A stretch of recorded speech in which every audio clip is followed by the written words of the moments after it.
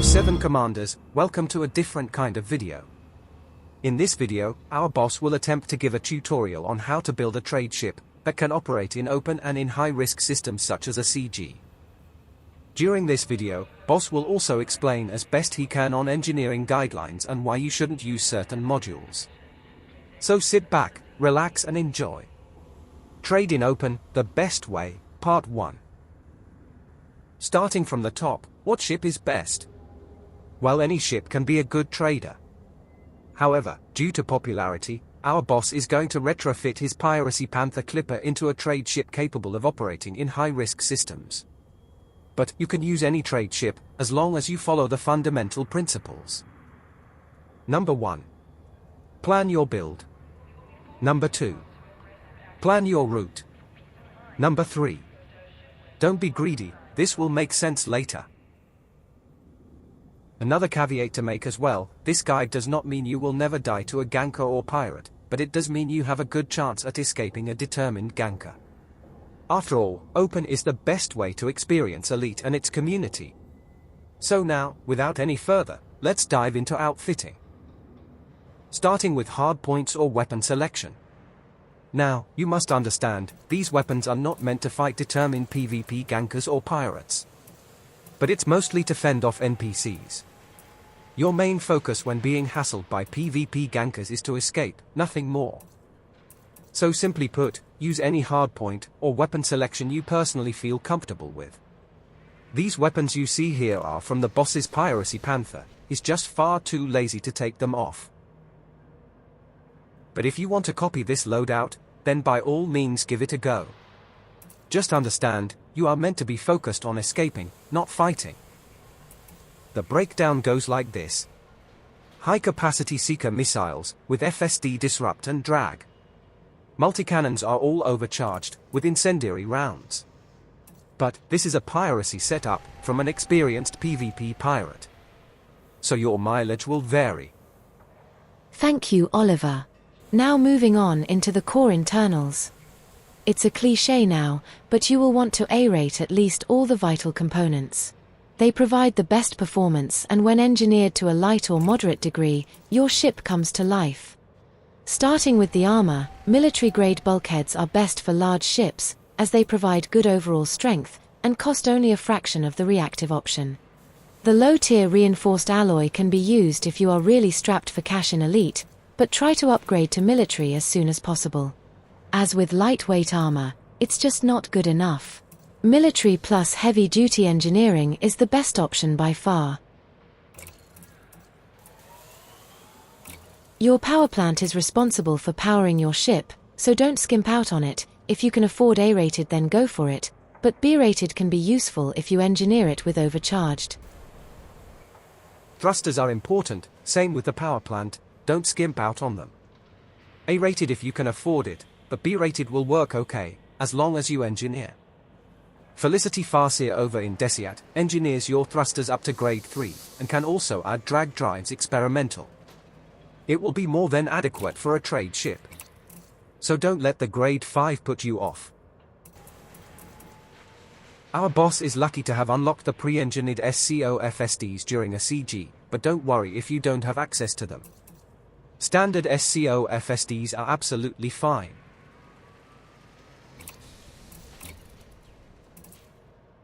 If you can afford A-rated, then go for it, if not B-rated will get you around. We'll just take a few more jumps. Felicity Farseer in Desiat can engineer your FSD. Pay her a visit and then roll the increased range for longer jump ranges, etc. Life support is your own thing, boss just likes A-rated because he is a nutcase.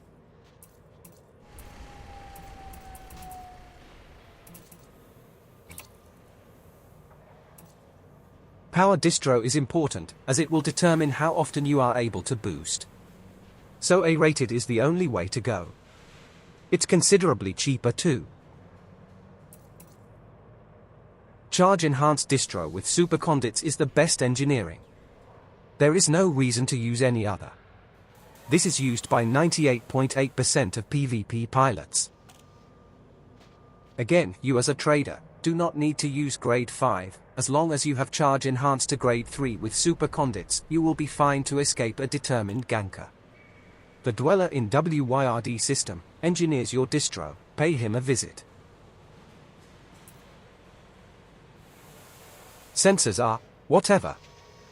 Before we go to optionals, let's talk about utilities first. On the Panther, we have 6 mounts available, so can use 5 boosters plus a heatsink. Some engineering is required here, but it's not overwhelming. Just follow the principles of shields. But before that, let's talk about the other flavors of utility. Chaff launchers work best on small to medium ships. Large ships are not as well protected due to their big size, so it's best to avoid chaff on a large ship. The reason being is that most PvP pilots, gankers and pirates use fixed weapons, so chaff is usually voided anyway. Electronic countermeasure or ECM is sort of pointless, as it only protects from torpedoes and missiles, as well as having to be manually fired. In a situation where you need to escape, it's best to keep things simple. So, don't bother to equip one.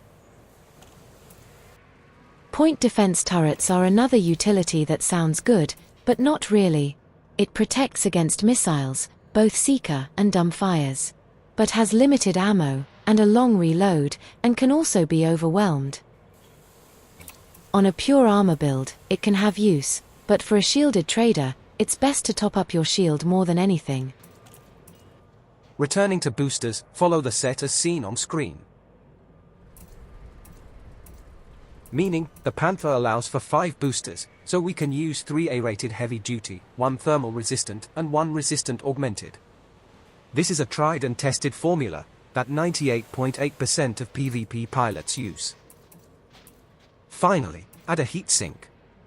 The Sirius heatsink is best, but standard one will do fine if you don't have access. Now, we come to the optional internals. As you can see, we want a lot of cargo, but at the same time, be able to have a sturdy ship to escape a gank. Which means not being greedy. 1,024 tons of cargo might seem too little, but think seriously. What's worse for your credits per hour? Losing a couple hundred tons of racks, or getting blasted into space debris because you got greedy and went into a system with no shields or armor? This guide is to help you build a ship that can go into a CG system in open without being blasted away. So bear with me here and follow along. If you have access to prismatic shields, then you must absolutely use them.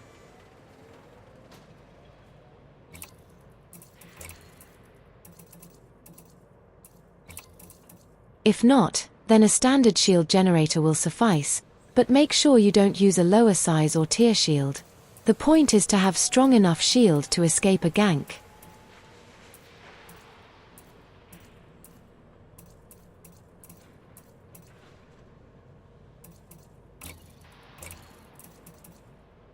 To bolster your shield, be sure to engineer it. The engineering is on screen. Reinforced with high cap experimental is the best you can get for a trader. Don't worry about grade 5, even grade 3 or 4 will be enough to trade in open.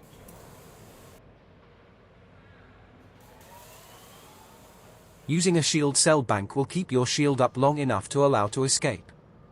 But it generates a lot of heat. To solve this issue, have the SCB plus heatsink on the same fire group or same binding. When being attacked whilst trading, your shields is going to play a major factor in whether you escape and live, or become space debris. Now finally, our last optional slots should be used to bolster our armor, just in case our shields fail. So equip the biggest module reinforcement pack you can fit, then add hull reinforcement packs to the last remaining optionals. Engineering is not a full requirement here, but it wouldn't hurt to apply some heavy-duty engineering to the hull reinforcement packs as you see here.